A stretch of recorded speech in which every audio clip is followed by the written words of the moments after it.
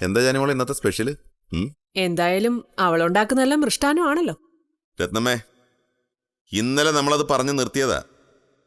ഇനി അതൊന്നും ആവർത്തിക്കണ്ട. ഓരോന്നും നിർത്തേണ്ടടുത്ത് നിർത്തണം, ഇല്ലെങ്കിൽ പലതും ആവർത്തിച്ചെന്ന് വരും.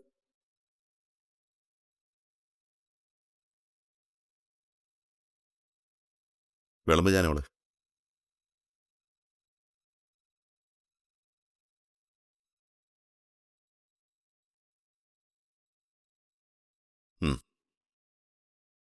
എന്നാ മോളെ മാർക്ക് ലിസ്റ്റ് വാങ്ങാൻ പോകുന്നേ? അതിനിപ്പോ തിടുക്കൊന്നുമില്ലല്ലോ. ഏതായാലും അവളെ ഇനി പഠിക്കാനൊന്നും വിടുന്നില്ല. എന്നാ ആര് പറഞ്ഞു? ആരാ ഇങ്ങനെ ഒരു തീരുമാനം എടുത്തത്? ഇവളെ മുന്നോട്ട് പഠിപ്പിച്ചിട്ട് എന്നാ ചെയ്യാനാ വിജയ? പഠിപ്പിക്കാതിരുന്നിട്ട് എന്ത് ചെയ്യാനാ?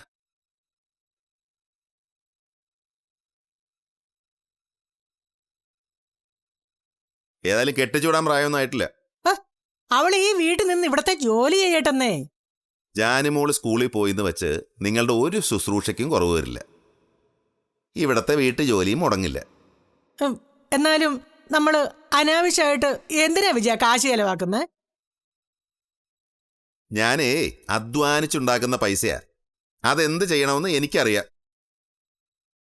കരുനാഗപ്പള്ളിയിലെ തേങ്ങ വിറ്റ് കിട്ടുന്ന കാശൊന്നും ജാനിമോളെ പഠിപ്പിക്കാൻ വേണ്ടി നിങ്ങൾ മുടക്കണ്ട. വിജയായിട്ട് സമ്പാദിക്കുന്ന സ്വത്തിൽ സ്വന്തം മക്കൾക്ക് അവകാശമുണ്ടല്ലോ, ഇല്ലേ?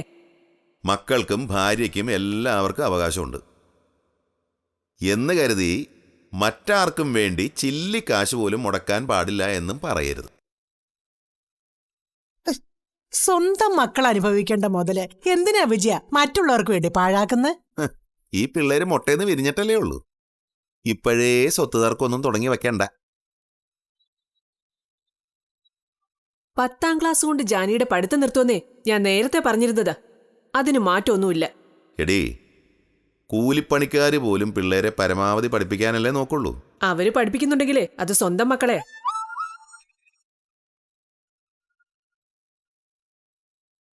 വല്ലവന്റെ സന്താനങ്ങളെ അല്ല.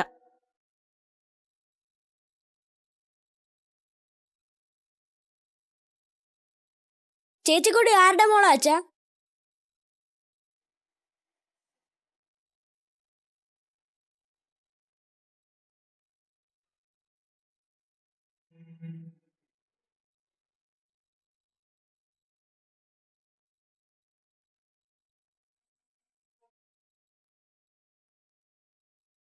വല്ലവരുടെ മക്കൾ നമ്മുടെ വീട്ടിൽ താമസിക്കോ?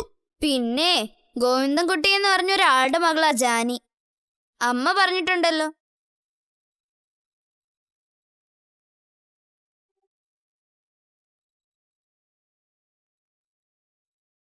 പിള്ളേർക്ക് തിരിച്ചറിവുണ്ടാകുന്ന പ്രായമല്ലേ വിജയ?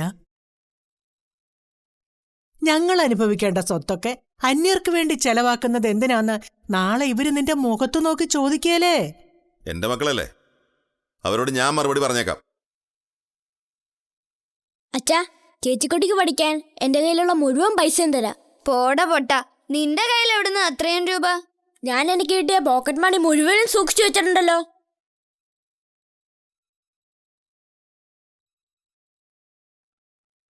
₹400 ഉണ്ട്.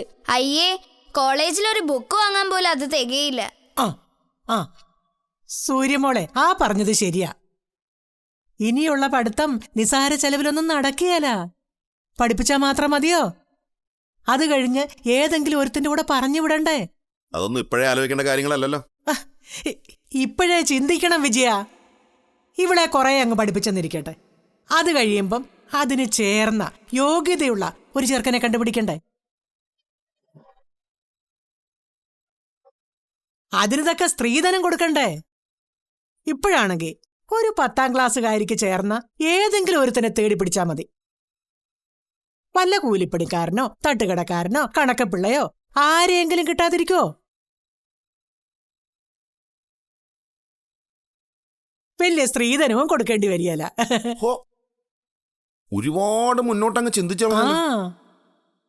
ഇതൊക്കെ സ്വന്തം ബുദ്ധിയോ അതോ മകളും കൂടെ ചേർന്ന് ആലോചിച്ചുണ്ടാക്കിയ പദ്ധതിയോ?